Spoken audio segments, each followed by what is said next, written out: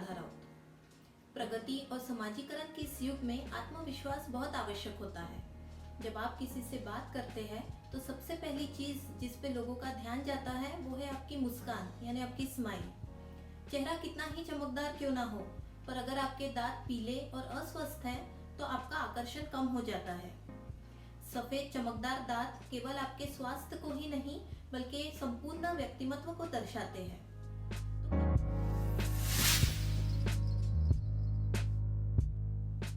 तो क्या आप भी दांतों के पीलेपन से परेशान हैं? क्या आप सफेद चमकदार दांत चाहते हैं? तो आइए जानते हैं दांतों के पीलेपन से छुटकारा पाने के संबंधित कुछ महत्वपूर्ण जानकारी।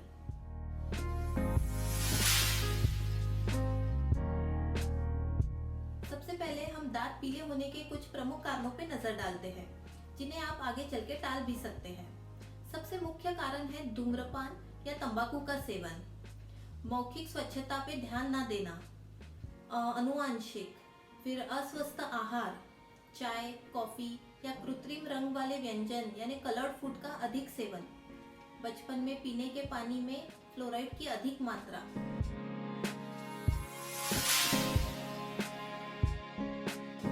दांतों के पीलेपन से छुटकारा पाने के लिए उपचार के दो प्रमुख तरीके हैं। पहला टूथ स्केलिंग एंड पॉलिशिंग यानी दांतों की सफाई, और दूसरा टूथ व्हाइटनिंग एंड ब्लीचिंग।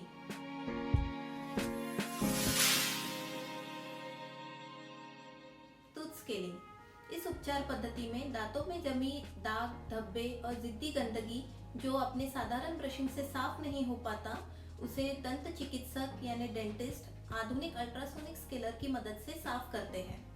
दांतों पे जमी गंदगी के आधार पर 2 से 3 अपॉइंटमेंट्स में दांतों को साफ किया जाता है।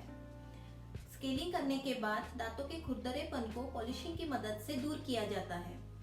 स्केलिंग करने के बाद आपको खाने में कोई परहेज नहीं होता और आप तुरंत खाना खा सकते हैं।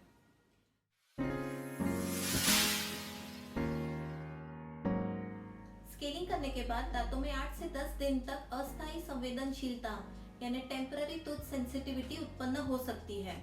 दांत हिलने लग सकते हैं और दांतों में अंतर भी आ सकता है। दांतों में अंतर इस वजह से आता है कि दांतों को पकड़ के रखने वाली जो गंदगी होती है उसे हम स्केलिंग की मदद से निकाल देते हैं। इस वजह से दांत हिलने भी लग सकते हैं, पर यह टेम्पररी होता है और जैसे ही कुछ दिनों में मसूड़े स्वस्थ होने लगते हैं, वो दांतों के अनुसार अपना रूप ढाल लेते हैं और दांतों की पकड़ धीरे धीरे मजबूत होने लगती है, जिससे कि दांतों का हिलना भी कम हो जाता है।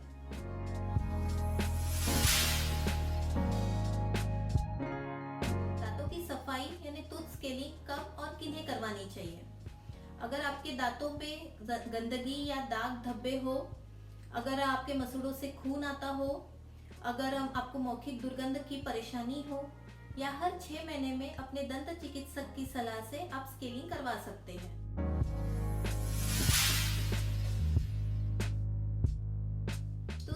क्यों करवाना चाहिए? अगर आप स्केलिंग नहीं करवाते तो दांतों पे जमी गंदगी बढ़ते जाएगी और जिससे कि मसूड़े और हड्डी नीचे नीचे सरकते हुए दांतों की पकड़ कमजोर कर देंगे।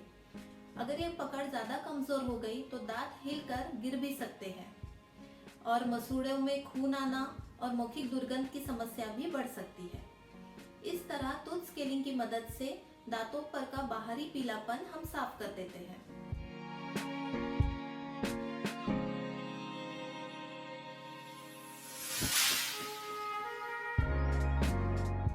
जानते हैं टूथ व्हाइटनिंग यानी टूथ ब्लीचिंग के बारे में। ब्लीचिंग की प्रक्रिया में दांतों के अंदरूनी पीलेपन को रसायन यानी केमिकल की मदद से कम कर दिया जाता है, जिससे कि दांत अधिक सफेद और चमकदार दिखने लगते हैं। अगर ये प्रक्रिया डेंटल क्लिनिक में डेंटिस्ट के हाथों की जाती है तो उसे इन ऑफिस ब्लीचिंग कहते हैं, और अगर इसे घर पे किया जाता है तो इसे होम ब्लीचिंग कहते हैं। इन ऑफिस ब्लीचिंग को लगभग 1 घंटे का समय लगता है और उल्लेखनीय परिणाम पाने के लिए कम से कम 3 से 4 बार आपको ब्लीचिंग करवाना चाहिए। ब्लीचिंग कुछ दांतों पे भी किया जा सकता है।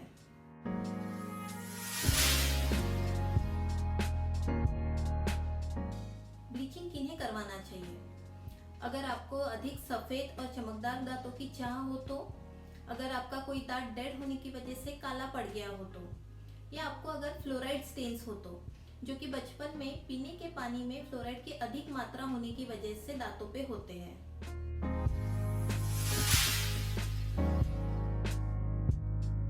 ब्लीचिंग करने के बाद 8 से 10 दिन तक आपको दांतों में सेंसिटिविटी हो सकती है, जो कि टेम्पररी होती है और धीरे धीरे कम हो जाती है। फिर ब्लीचिंग करने के बाद आपको चाय, कॉफी या कलर्ड फूड का सेवन टालना चाहिए।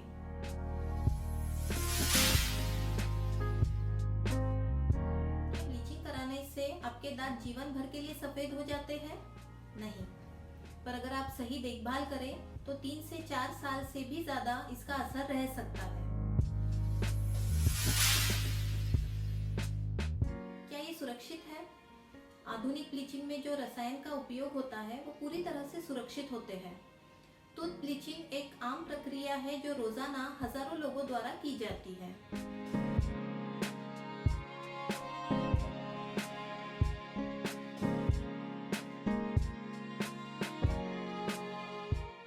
इससे संबंधित कोई भी जानकारी के लिए आप हमसे संपर्क कर सकते हैं। तो आइए, एक सुंदर, स्वस्थ और चमकदार मुस्कान आपकी प्रतीक्षा कर रही है। मुस्कुराते रहिए। शुक्रिया।